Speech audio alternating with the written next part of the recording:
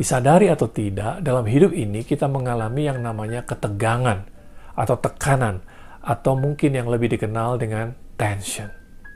Tension bukanlah problem. Banyak orang tidak mengerti beda antara problem atau masalah dengan tension atau tekanan. Kalau kita tidak dapat membedakan yang mana problem dan yang mana tension, baik itu dalam bisnis, dalam pekerjaan, dalam pernikahan, maupun dalam pelayanan, maka tidak heran banyak di antara kita yang menjadi stres dan jadi frustasi. Problem itu bisa diselesaikan, dan kalau sudah dapat jalan keluarnya, maka problem akan hilang dan tidak kembali lagi. Sedangkan tekanan tidak dapat dihilangkan. Tekanan akan selalu ada, hilang sebentar, kemudian muncul lagi. Itu sebabnya tekanan harus di-manage, tekanan harus dikendalikan, harus diatur. Kalau tidak, akan membuat orang menjadi frustasi. Sama seperti tekanan darah, atau sering kita bilang tensi dalam tubuh kita. Tekanan darah tidak bisa dihilangkan, tetapi harus selalu diperhatikan dan diatur supaya tetap berada dalam kondisi normal.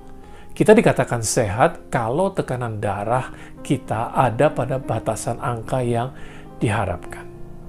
Di dalam pernikahan contohnya, pasangan suami istri akan selalu berhadapan dengan yang namanya tension. Perbedaan pria dan wanita akan membawa ketegangan tersendiri dalam hubungan pernikahan. Belum lagi perbedaan budaya, perbedaan pendidikan, dan juga latar belakang bagaimana kita dibesarkan. Perbedaan ini ada di setiap pernikahan dan perlu untuk disadari serta dikelola dengan baik. Dalam konseling pernikahan, seringkali pasangan suami istri datang karena mereka percaya bahwa mereka punya problem. Namun setelah mereka menceritakan keributan-keributan yang terjadi dalam rumah tangga, saya kemudian dapati bahwa yang mereka utarakan itu adalah tension atau ketegangan, yang tentunya tidak ada jalan keluarnya kecuali dikendalikan. Ketegangan bukanlah hal yang buruk, bahkan tension baik adanya dan bisa untuk dinikmati. Alat-alat musik akustik seperti gitar atau bass atau biola atau piano dan lain-lain hanya dapat dimainkan kalau senarnya ada dalam ketegangan yang diharapkan. Itu sebabnya setiap kali seorang pemain musik harus memeriksa ketegangan senar alat musik mereka sebelum mereka memainkan. Kalau sudah pas ketegangannya, tinggal perlu belajar bagaimana memainkannya supaya nada-nada yang keluar bisa dinikmati oleh orang lain. Demikian juga tension dalam hubungan suami istri adalah hal yang biasa dan bisa dinikmati. Namun harus dikelola dengan baik. Dan kepandaian kita mengatur ketegangan dalam pernikahan menentukan kesehatan pernikahan kita. Demikian juga kepandaian kita dalam mengatur tension di bisnis menentukan kesehatan bisnis kita. Sama halnya juga dengan pekerjaan, dalam pelayanan, dan lain-lain. Kemampuan kita untuk mengatur ketegangan atau tekanan akan mendewasakan kita. Jadi dalam hidup ini kita bukan hanya harus dapat membedakan mana problem dan mana tension, tetapi juga harus pandai dalam mengatur tension dalam hidup kita sehingga kita tetap sehat dan kuat. Hari ini inti pembahasan saya ambil dari perkataan Yesus dalam kitab Matius pasal yang ke-10 ayat yang ke-16. Yesus katakan seperti ini, "Lihat, aku mengutus kamu seperti domba ke tengah-tengah serigala. Sebab itu hendaklah kamu cerdik seperti ular dan tulus seperti merpati."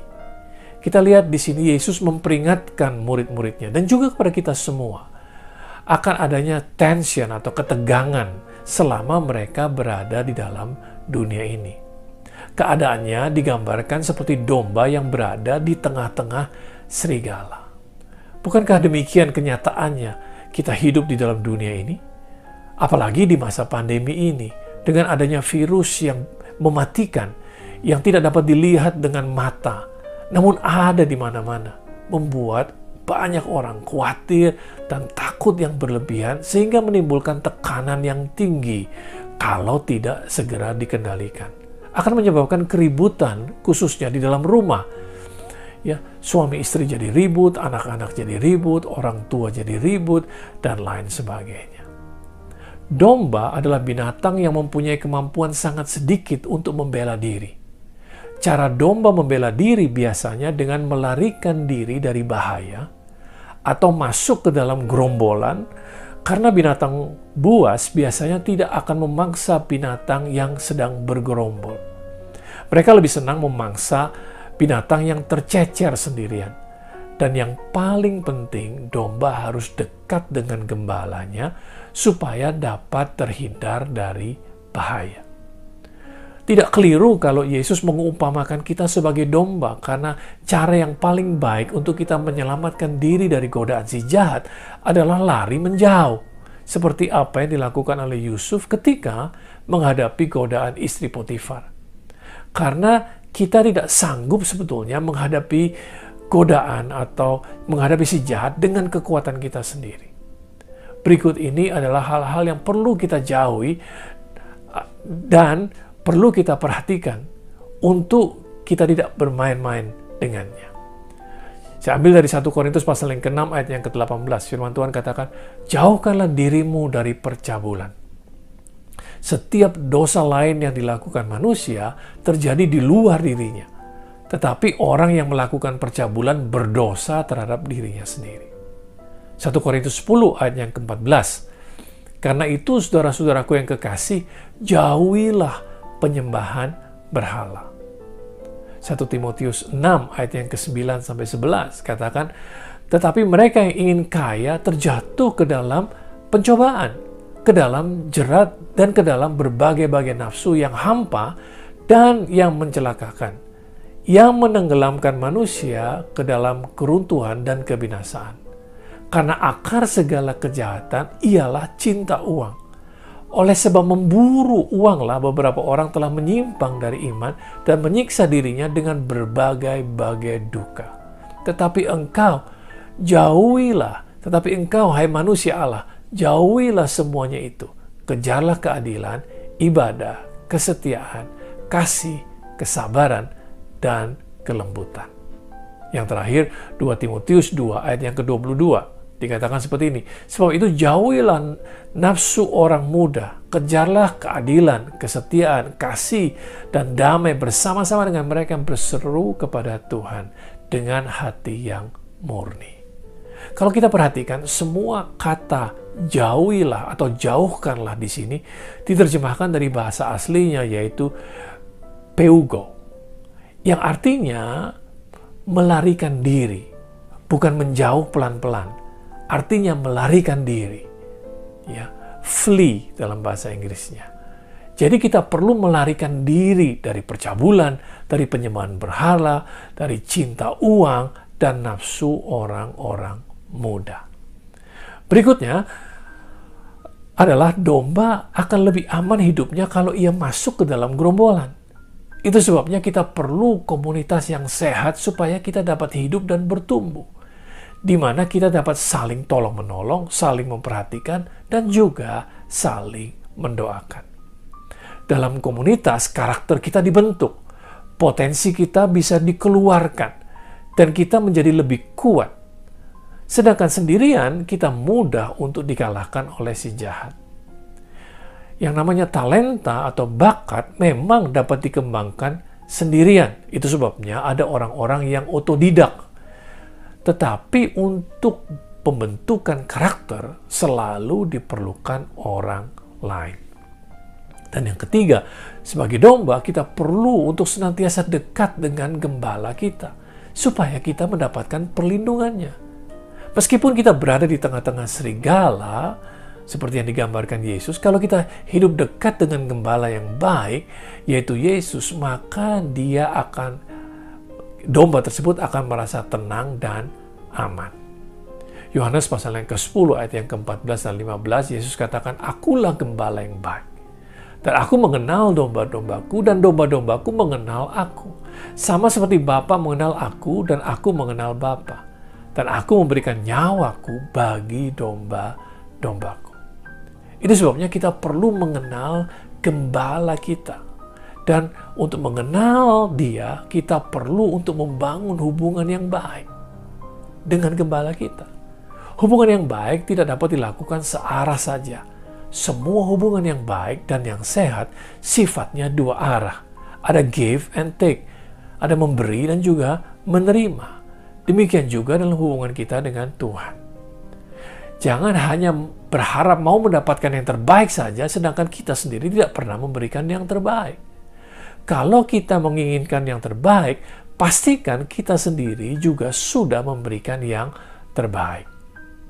Mari kita buka kitab Markus pasal yang ke-10. Dikatakan seperti ini. Pada waktu Yesus berangkat untuk meneruskan perjalanannya, datanglah seorang berlari-lari mendapatkan dia, dan sambil bertelut di hadapannya, ia bertanya, "Guru yang baik, apa yang harus kuperbuat untuk memperoleh hidup yang kekal?" Jawab Yesus, "Mengapa kau katakan aku baik? Tak seorang pun yang baik selain daripada Allah saja. Engkau tentu mengetahui segala perintah Allah. Jangan membunuh, jangan berzina, jangan mencuri, jangan mengucapkan saksi dusta, jangan mengurangi hak orang, hormatilah ayahmu dan ibumu."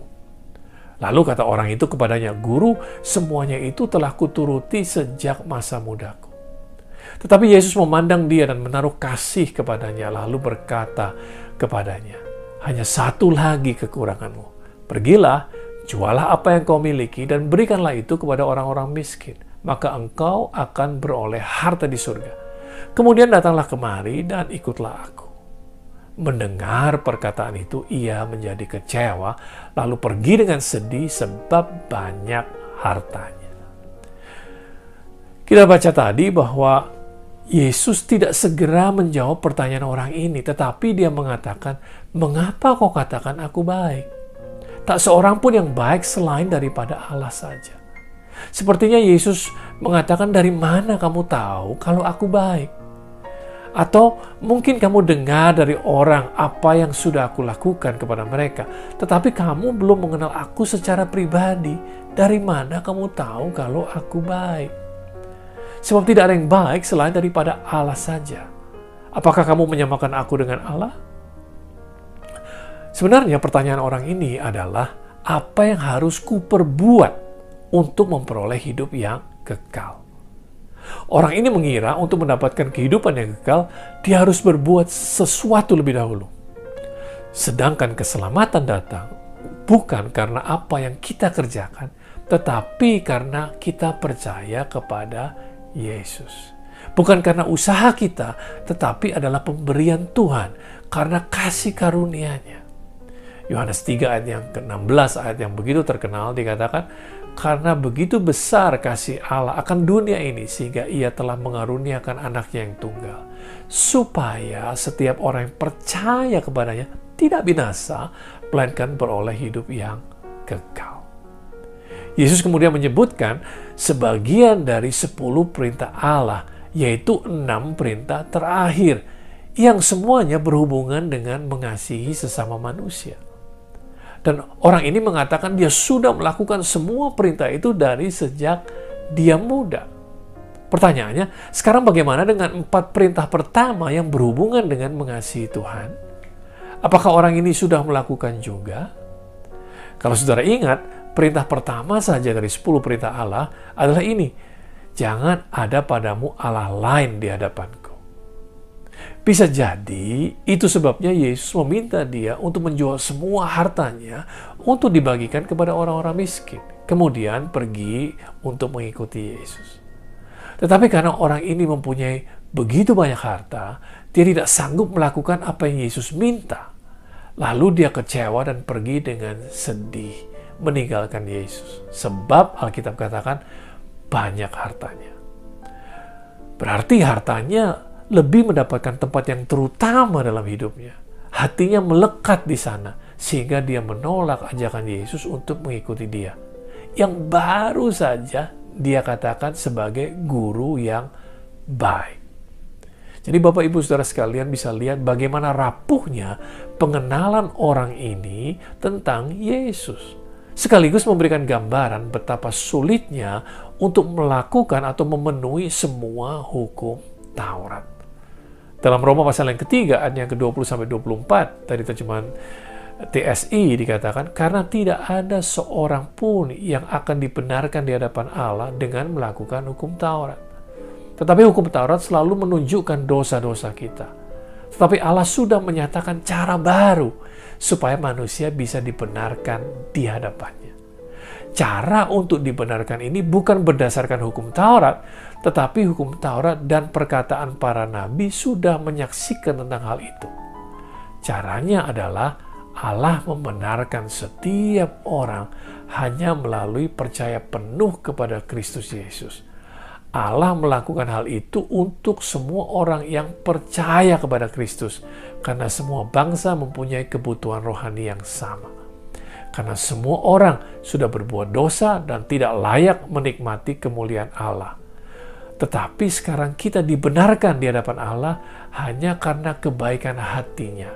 Dan hal itu diberikan secara cuma-cuma melalui Kristus Yesus yang menebus dan membebaskan kita dari hukuman dosa kita masing-masing. Amin. Luar biasa firman Tuhan ini. Puji Tuhan untuk apa yang Yesus lakukan buat kita. Bagaimana oleh karenanya kita memperoleh perjanjian yang baru. Hidup yang kekal kita dapatkan bukan karena apa yang kita lakukan, tetapi diberikan secara cuma-cuma karena kita percaya kepada Yesus. Dan semuanya ini karena kasih karunia Allah kepada kita. Itu sebabnya kita perlu mengenal Yesus secara pribadi. Dan itu pula yang Yesus tawarkan kepada orang yang kaya ini untuk mengikuti Yesus dalam perjalanan, namun dia menolaknya. Nah, saya diberitahu kalau tema besar GBI Gilgal di tahun ini adalah discipleship atau menjadi murid. Dan untuk menjadi murid diperlukan lebih dari hanya sekedar percaya kepada Yesus. Tetapi kita perlu untuk mengikuti Dia sebagai gembala kita. Nah, mari kita mempelajari bagaimana Daud mengenal Tuhan sebagai gembalanya. Dalam Mazmur pasal yang ke-23, mulai dari ayat yang pertama sampai yang terakhir. Dikatakan, Tuhan adalah gembalaku, takkan kekurangan aku. Ia membaringkan aku di padang yang berumput hijau. Ia membimbing aku ke air yang tenang. Ia menyegarkan jiwaku. Ia menuntun aku di jalan yang benar oleh karena namanya. Nah, berhenti sampai di sini dulu. Perhatikan dari ayat yang pertama sampai ayat yang ketiga, Daud menyebut Tuhan dengan kata ia. Daud menggambarkan Tuhan sebagai pihak ketiga. Namun kalau kita perhatikan selanjutnya, mulai dari ayat yang keempat, Daud tidak lagi memakai kata ia, namun memakai kata engkau untuk menggambarkan Tuhan.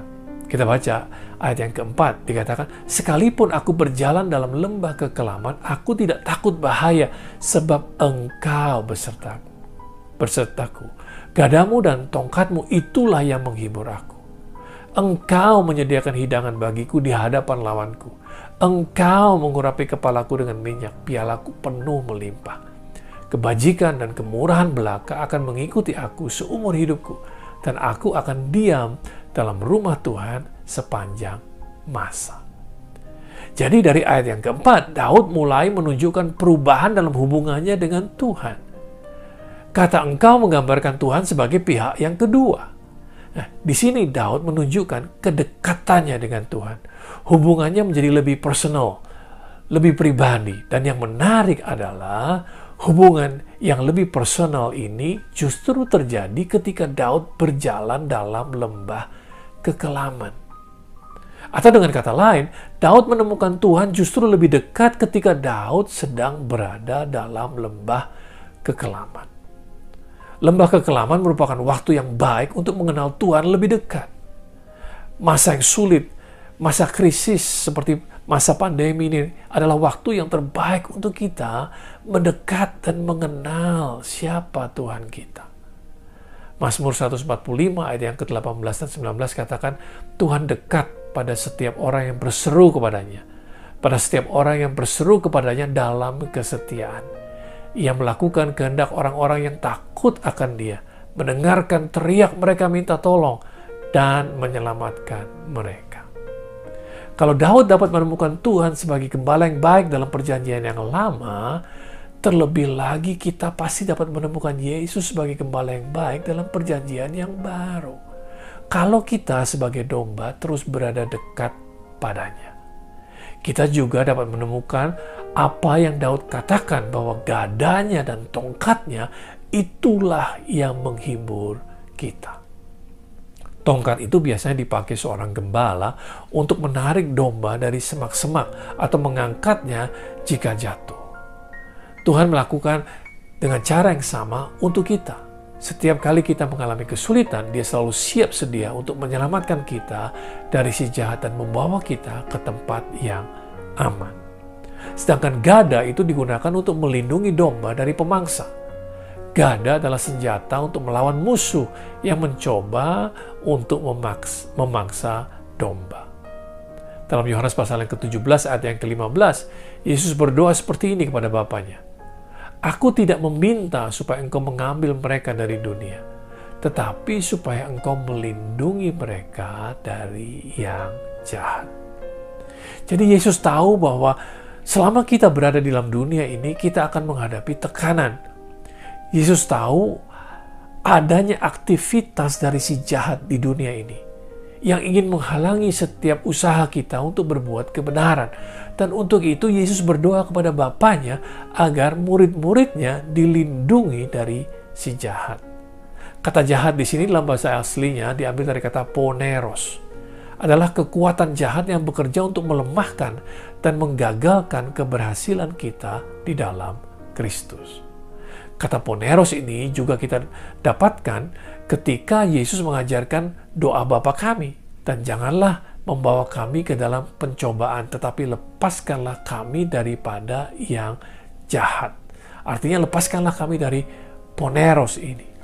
Rasul Paulus juga memakai kata yang sama dalam kitab Efesus 5 ayat yang ke-15. Karena itu perhatikanlah dengan seksama katanya. Bagaimana kamu hidup? Janganlah seperti orang bebal, tetapi seperti orang arif. Dan pergunakanlah waktu yang ada, karena hari-hari ini adalah jahat. Nah, pertanyaannya sekarang, apakah kita perlu takut? Sama sekali tidak. Cuma kita harus selalu waspada. Sadar akan adanya tension, akan adanya tekanan dari si jahat, dari poneros dalam kehidupan kita. Dan berusaha untuk mengendalikan tekanan tersebut. Dengan memperhatikan bagaimana caranya kita hidup. Jangan ceroboh, jangan bermain-main dengan dosa. Yesus sudah berdoa untuk kita, dan kita pun harus berdoa. Kita pun perlu berdoa agar kita dilepaskan dari kuasa si jahat. Kita harus ingat selalu identitas diri kita sebagai ciptaan yang baru, sebagai orang-orang yang percaya kepada Yesus. Kita ini disebut anak-anak Allah. Roh Kudus diutus untuk menolong kita, memimpin, serta memberikan penghiburan. Dia yang berada di dalam kita lebih besar daripada roh yang ada di dalam dunia, kata firman Tuhan. Dan seperti yang Yesus katakan dari Matius pasal yang ke-10 ayat yang ke-16 tadi, dia katakan seperti ini, sebab itu hendaklah kamu cerdik seperti ular dan tulus seperti merpati. Bagaimana mengatur tekanan dalam kehidupan kita? Kita diminta untuk meniru kecerdikannya ular dan ketulusannya merpati. Cerdik itu berbicara mengenai cara berpikir, sedangkan tulus itu adalah mengenai kondisi hati kita. Ada orang yang cerdik tetapi tidak tulus hatinya. Mereka suka menipu dan merugikan orang lain. Tetapi ada juga orang yang tulus hatinya tetapi tidak cerdik, sehingga mereka mudah ditipu dan kelihatan bodoh. Rasul Paulus katakan di dalam Efesus pasal yang keempat ayat yang ke-22-24, yaitu bahwa kamu berhubung dengan kehidupan kamu yang dahulu harus menanggalkan manusia lama yang menemui kebinasaannya oleh nafsunya yang menyesatkan, supaya kamu dibaharui dalam roh dan pikiranmu. Perhatikan ayat 23, supaya kamu diperbaharui dalam roh dan dalam pikiranmu, dan mengenakan manusia baru yang telah diciptakan menurut kehendak Allah di dalam kebenaran dan kekudusan yang sesungguhnya. Dan inilah perlunya kita menjadi murid Yesus, supaya kita terus belajar, memperbaharui cara kita berpikir, menyelaraskannya dengan kebenaran firman Tuhan, dan taat kepada pimpinan Roh Kudus yang ada dalam hati kita, supaya kondisi hati kita tetap terjaga dalam keadaan bersih dan kudus. Sehingga kita dapat berkemenangan dalam setiap musim kehidupan yang kita lalui untuk kemuliaan nama Tuhan kita, Yesus Kristus.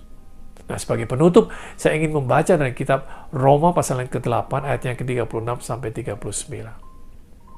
Seperti ada tertulis, oleh karena engkau kami ada dalam bahaya maut sepanjang hari. Kami telah dianggap sebagai domba-domba sembelihan. Ini bicara mengenai tension yang ada dalam kehidupan setiap orang yang percaya. Kemudian ayat 37 katakan, tetapi dalam semuanya itu, perhatikan, kita lebih daripada orang-orang yang menang oleh Dia yang telah mengasihi kita.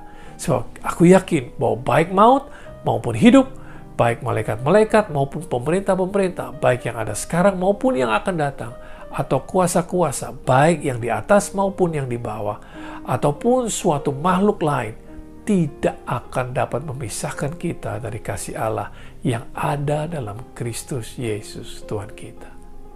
Jadi meskipun sebagai domba kita berada di tengah-tengah serigala, kita ini ditentukan sebagai orang-orang yang menang, bahkan lebih dari pemenang. Bukan karena kuat dan gagah kita tentunya, tetapi karena kita mengikuti gembala yang baik, kekasih jiwa kita, yaitu Yesus yang sudah membuktikan kasih-Nya kepada kita semua. Jadi jauhilah yang jahat, tetap berada dalam sebuah komunitas yang sehat, dan hiduplah dekat dengan Yesus Gembalamu, terutama ketika kita sedang melalui lembah kekelaman, seperti pada masa pandemi ini.